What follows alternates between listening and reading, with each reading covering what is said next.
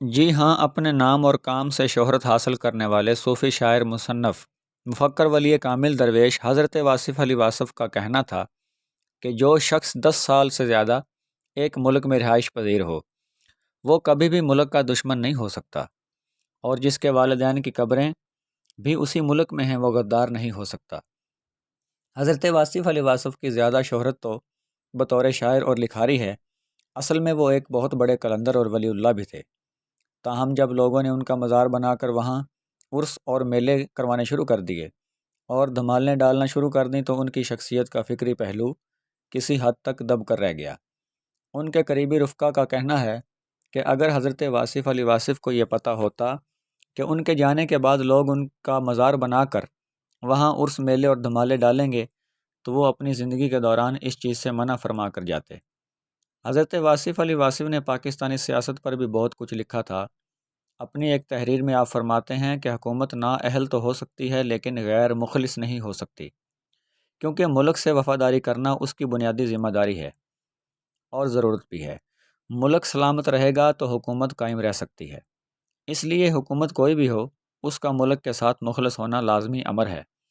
آپ تو یہاں تک فرمایا کرتے تھے کہ پاکستان ہمارا ملک ہے اور پاکستان ایک نور ہے اور نور کو کبھی بھی زوال نہیں آتا۔ حضرت گرامی، جنوری کا مہینہ ہر لحاظ سے حضرت واصف علی واصف کی یاد دلاتا ہے، کیونکہ اسی مہینے میں آپ پیدا ہوئے اور اسی مہینے میں آپ وصال کر گئے۔ حضرت واصف علی واصف 15 جنوری سن 1929 کو خوشاب میں پیدا ہوئے۔ مڈل تک تعلیم ہائی اسکول خوشاب سے ہی حاصل کی۔ اس کے بعد آپ نے جھنگ سے گریجویشن کی اور ایم اے انگلش لٹریچر کرنے کے لیے گورنمنٹ کالج لاہور میں داخلہ لیا۔ آپ نے سول سروسز کا امتحان بھی پاس کیا، لیکن آپ کی طبیعت اور مقدر میں ملازمت نہیں بلکہ درویشی تھی، جس کی وجہ سے آپ نے سرکاری نوکری چھوڑ دی اور درس و تدریس کا کام شروع کر دیا۔ واصف علی واصف نہ صرف ایک اچھے استاد تھے بلکہ ایک اچھے صوفی شاعر بھی تھے، اور نوائے وقت میں ان کا کالم بھی چھپا کرتا تھا۔ مختلف اخباروں میں بھی ان کا کلام چھپتا رہتا تھا، اور سن 1979 میں ان کا پہلا مجموعہ کلام شب چراغ شائع ہوا تو اس کے بعد عوام ان کی دیوانی ہو گئی اور ان کی تدریسی محفلوں سے مستفید ہونے لگی۔ شروع میں آپ کی محفل لاہور کے شہر قذافی اسٹیڈیم میں واقع ایک ہال میں ہوا کرتی تھی اور طویل سلسلہ شروع ہو گیا۔